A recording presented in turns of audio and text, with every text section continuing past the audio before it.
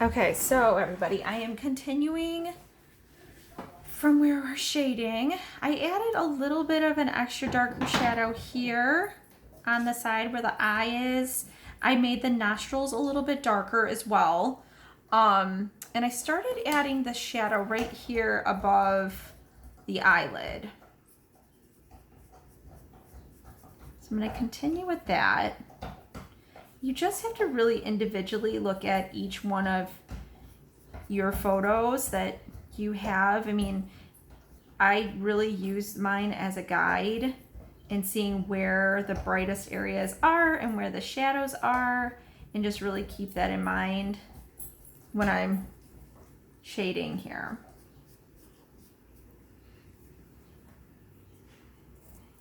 Kind of got a little bit dark right there, so I'm going to add, I always like to have my eraser ready because I think it's really helpful to have an eraser just handy in case something gets just a little bit too dark. And I always just take a little steps at a time here. Don't go too crazy. The side of their face right here, her face it's definitely darker. I'm not worrying about the hair yet, but I am going to add this shadow in here right next to her eye. That is really shadow. It's not hair yet. It's just a deep shadow on the side of her face. I'm using my regular pencil, my regular number 2 pencil right now. And I'm just going to blend it with my blending stump. Like I said, if you only have a Q-tip, just use a Q-tip. That will work too.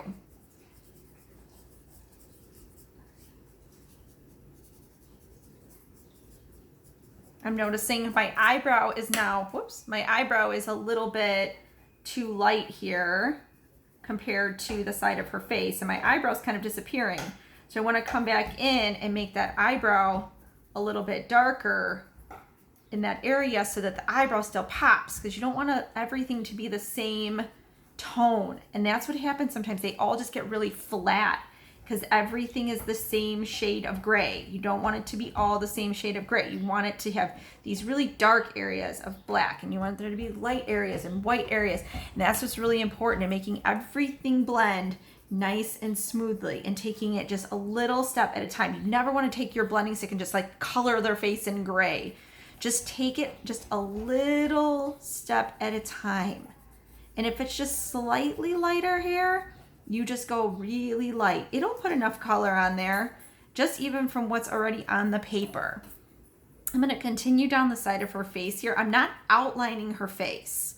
Do not do that, okay? Just, you want a little bit of a shadow on the side here, because this is what I'm concentrating on, is this area. Never want to just start outlining the side of their face. This is not a cartoon character, so we don't want them to look like they have this dark, thick outline. Remember, that cheek area needs to stay really light, because that is the part that's where that highlight is hitting. You can see how I'm just adding a little bit of a shadow here. It's looking really pretty. This here, right here, in her face, that's a darker shadow right there, right? So I can use my blending stick here, or I can add a little bit of a pencil line, just a little bit. Just come in there, just add a little bit of graphite. Don't go too crazy. And then just start with your blending stump and you just start blending. Do not start filling everything in. It's gonna look all crazy. I actually erased that shadow that was over here before. I didn't like it. It was really dark. I figured I would put something in a little bit later. Maybe it'll look a little bit nicer once I get the mouth shaded in, but for right now, I didn't like that shadow there. I got rid of it for a little bit. Can always come back later and put it in. Again, I'm going to add a little bit. Pencil lines here, just a tiny bit, lightly, very, very lightly.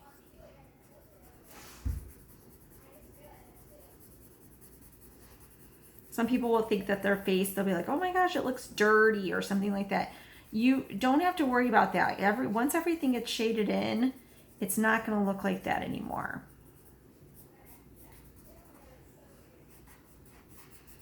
the more value you can give to your drawing, the more realistic it's going to look.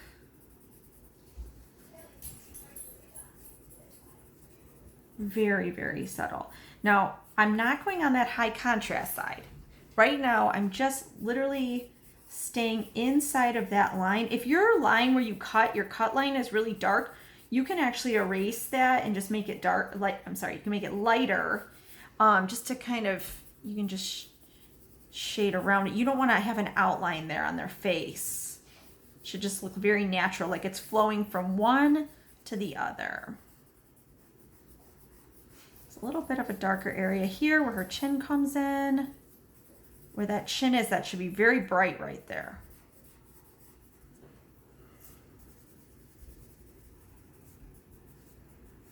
I am going to start working on the lips. These areas in here, you would just fill in really dark with pencil. I'm not going to go into detail with that because it just takes a while and you don't need me to show you how to fill something in really dark with pencil. So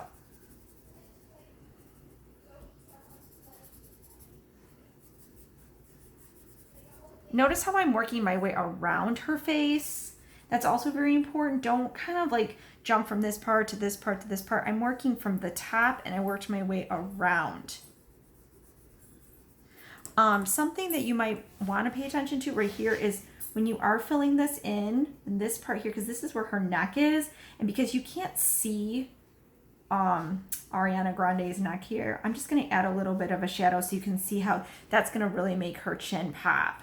So I'm going to add that shadow in. I'm not going to fill this all in because, like I said, that's kind of a waste of time right now for me to show you that. But once you can see how adding that really deep shadow right there is going to make that chin really pop.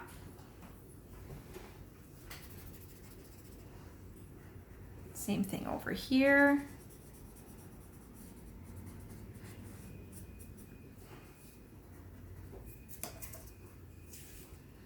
I'm using that number, that 8B pencil right now. If you don't have an 8B pencil, you can just use use a regular pencil, but just press down as hard as you can to get that really dark black. Don't use a black colored pencil. It's not going to blend very nicely. It doesn't move like you want. If you have charcoal, you can do that, but that can be a little bit messy.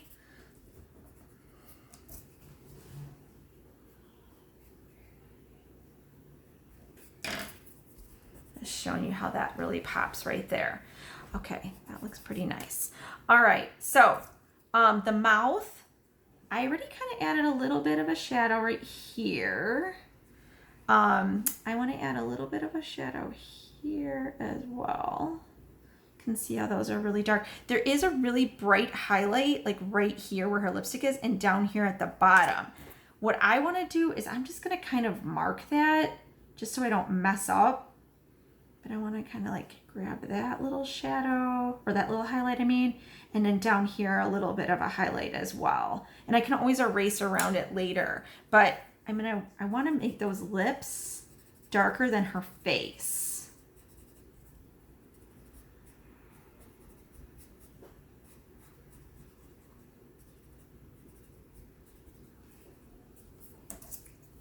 Don't want to lose that line. I'm using a regular pencil again here.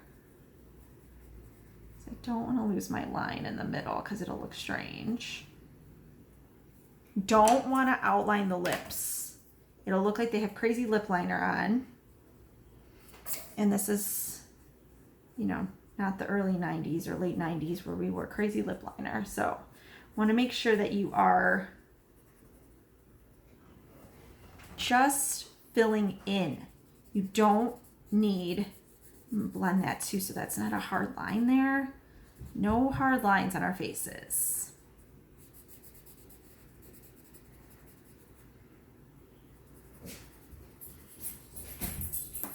There is a little bit of a shadow down here, which I definitely want to add that in. And over here as well, that pop. I don't like how now my outline is showing up. So I'm going to get rid of that and just make it nice and bright right there.